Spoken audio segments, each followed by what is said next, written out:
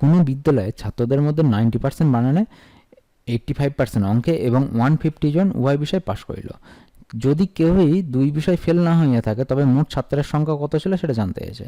তো এক্ষেত্রে আমরা কি করে বের করবো? দেখো একটা ভেন ডায়াগ্রাম করে নিই আমরা। এখানে যে ভেন ডায়াগ্রামটা আঁকছি সেটা হচ্ছে একটা হচ্ছে বানানের ভেন ডায়াগ্রাম, এটা অঙ্কের ভেন ডায়াগ্রাম। তা বানানের ভেন ডায়াগ্রামে দেখা যাচ্ছে 90% ছেলেপুলে আছে, আর অঙ্কের ভেন ডায়াগ্রামে দেখা যাচ্ছে 85% ছেলেপুলে আছে, যারা হচ্ছে ছাত্র আছে আর কি, সরি, ছাত্রদের হচ্ছে 90% বানানে পাশ করেছে আর 85% অঙ্কে পাশ করেছে। আর উভয় বিষয়ে পাশ করেছে কতজন?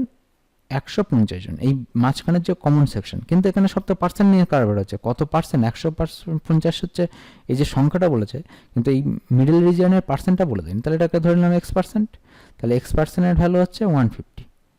ঠিক আছে, বলেছে যদি কেউ 2 বিষয় ফেল না হয়ে থাকে, তাহলে এক বিষয় সবাই ফেল হয়েছে, কেউ 2 বিষয় ফেল হয়নি, এটা হচ্ছে বলে দিয়েছে।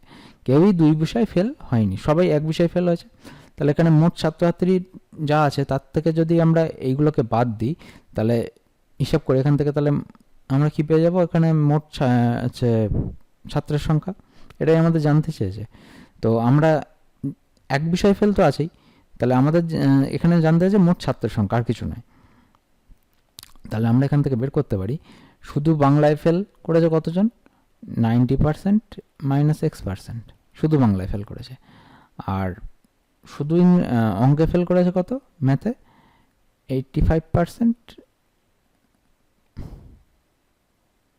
সরি একটুখানি ভুল হয়ে গেছে আমাদের বলাটা, এটা হচ্ছে শুধু বাংলায় পাশ করেছে,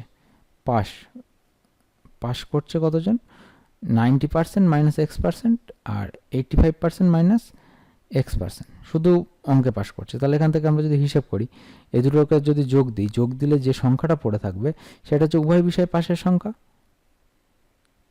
তাহলে উভয় বিষয় পাশ মানে X%, যেটা, বা এটা এরমভাবেও লিখতে পারি, মোট ছাত্রছাত্রী যদি 100% হয়, তাহলে 100% যদি মোট ছাত্রছাত্রী হয়, তাহলে তাদের মান কত হবে?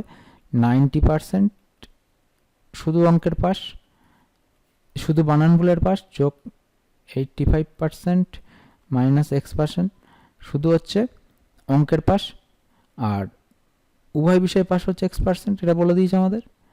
তাহলে এখান থেকে আমরা যেটা বের করবো, X এর ভ্যালুটা বেরিয়ে আসবে আমাদের 100% ইকুয়াল টু হচ্ছে 5, 8, 9, 17, 175% minus X% minus X% plus X%, তাহলে X কেটে গেল আমাদের, তাহলে হচ্ছে মাইনাস 75%, 175টা এদিকে আনলে মাইনাস হবে, তাহলে মাইনাস X% এখানে পড়ে আছে, ওই দিক থেকে মাইনাস উঠে গেল, তাহলে X% মানে 75%, আবার এই X% মানে দেখো 150, কারণ উভয় বিষয় বলেছে 150 জন মানে সাংখ্য মান হিসাবে, এটাতে শতকরা মান হিসাবে। তাহলে 75% মানে যদি আমাদের 150 হয়, তাহলে আমাদের মোট ছাত্র মানে 100% হয়ে যাবে। তাহলে 100% মানে কত হবে? 100% মানে হয়েছে 200। যদি কেউ ক্যালকুলেশনটা বুঝতে না পারে, সেটা করেছে 150/75 ইন্টু 100, তাহলে এটা দিলে হবে 2, তাহলে 200, এখান থেকেই আমাদের 200টা এসেছে। এইভাবে আমরা অঙ্কটা করব। আচ্ছা, এটাকে যদি ডেসক্রিপটিভে করতে হয় তাহলে কীভাবে করবো দেখে নাও। তাহলে এখানে ধরে নেব, ধরি মোট X% ছাত্র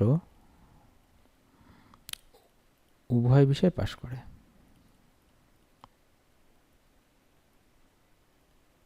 তাহলে X% যদি উভয় বিষয়ে পাশ করে, তাহলে আমরা এখান থেকে লিখতে পারি শুধু বানান ভুলে পাশ করে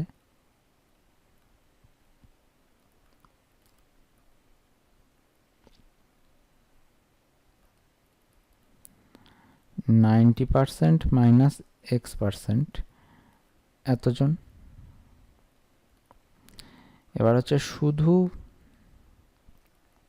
অঙ্কে পাশ করে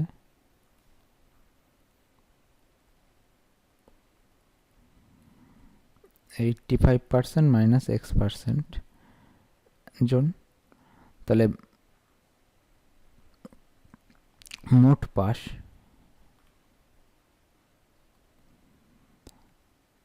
সমান সমান 90% minus X% plus 85% minus X% plus X%, এটা হচ্ছে মোট পাশ বেরিয়ে গেলো। তাহলে এখান থেকে হিসাব করলে আমরা পাবো 175% মাইনাস x%, সরি হ্যাঁ -x%, এটা হচ্ছে মোট পাশ বেরিয়ে গেল আমাদের। তাহলে এই যে মোট পাশটা বেরিয়েছে, তাহলে এই মোট পাশের মধ্যে তো উভয় বিষয় পাশ রয়ে গেছে আমাদের, ঠিক আছে। তাহলে এই মোট পাশের মধ্যে যে উভয় বিষয় পাশ রয়েছে, এবার মোট ছাত্রছাত্রী আর একটা জিনিস ধরে নেবো যে মোট ছাত্রছাত্রী 100%।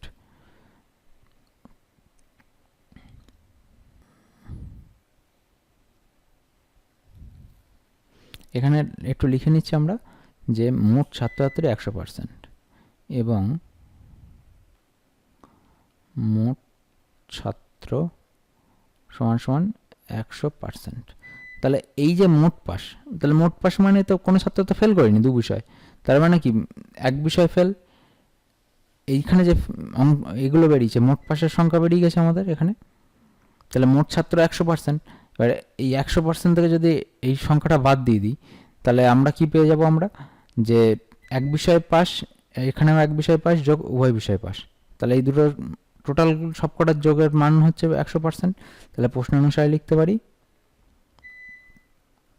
অনুসারে মোট পাস সমান সমান মোট ছাত্র।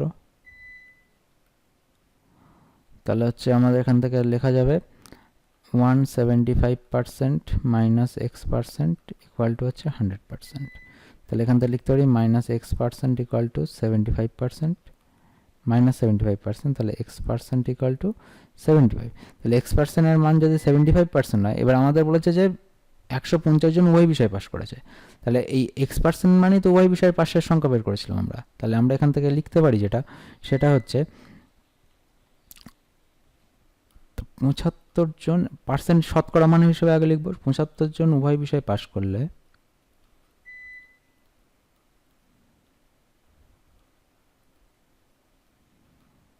মোট ছাত্র 100 জন। তাহলে একজন উভয় বিষয় পাস করলে মোট ছাত্র সমান সমান হচ্ছে 100/75 জন।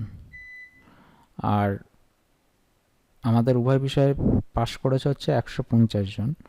150 জন উভয় বিষয় পাস করলে হচ্ছে মোট ছাত্র হবে 100 গুণ 150/75, কাটাকুটি করলে হবে 2, তাহলে হচ্ছে 200 জন। তাহলে মোট ছাত্রের সংখ্যা পেয়ে গেছি আমরা কত, 200। এটা হচ্ছে মোট ছাত্র।